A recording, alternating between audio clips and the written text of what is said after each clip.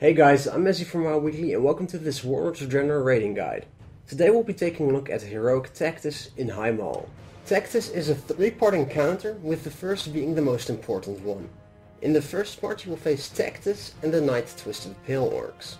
Let's get into the Pale Orcs first. The first type is the Earth Warper. This will channel Gift of the Earth, which will create a vortex that will give Tectus 10 stacks of his accretion buff. You can prevent this by intercepting this and taking a high amount of damage. This will also reduce your movement speed by 10%, and if Tectus attacks you, he will still get his stacks of his buff, and this basically means that your non-boss tank will have to be tanking the Earth Warpers and taking the vortexes. Also, be sure to keep the Earth Warper faced away from the rest of the raid, because of his Earthen Fletchettes ability, which does nearly 200k in a frontal cone. The other type is the Berserker, which will be tanked by the Tectus tank. However, the Berserker will occasionally cast Raving Assault, resetting all threats and attacking a random player. This will have to be kited, and anyone caught in its track will also take damage.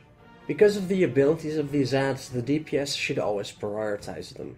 Meanwhile, Tectus himself will gain energy over time. The energy gain will speed up as he loses health, and once he reaches 100 energy, he will cast Tectonic Upheaval, which does AoE damage to all players. If he is not dead by the time it finishes, then he will heal up. However, if he does go down to 0 during Tectonic Upheaval, he will shatter, but more on that later. Tectus will pick up nearby Earth to give himself the accretion buff, increasing his damage by 5% per stack. This is the same buff that he could get from the Pale Orc Vortex. You can remove this buff by dealing damage to Tectus. Now, with all the technical abilities sorted, onto the more regular ones. When Tectus reaches 25 energy, he will use Earthen Pillar. He will raise a pillar from the ground and it will erupt after a couple of seconds. You will have to make sure to get out of the big circle, because otherwise it will kill you. Tectus can also cast Crystalline Barrage, which is a cloud that moves towards players. You'll take damage if you stand in it, so the very easiest solution is to just not stand in it and move it away from the raid when you are targeted by it. His final ability is called Fracture, which is a spike that shoots up and will deal a lot of damage to anyone who gets hit by it. So be sure to just move out of it when you get the indication that Fracture is about to happen. So these are all the abilities you have to deal with. If you look back at it, it's not that much.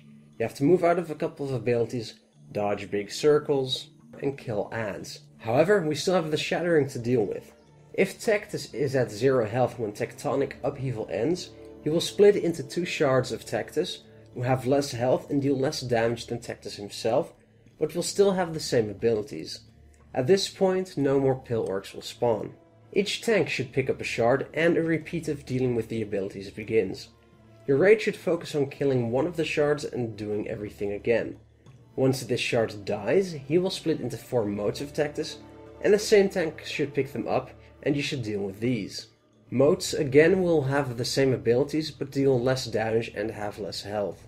Put a skull marker on one mote and have cleaving attacks deal damage to the others. Once a mote is dead, focus on the next one, and so on until all 4 are dead. This will leave you with 1 shard of Tectus, and you will have to just repeat yourself.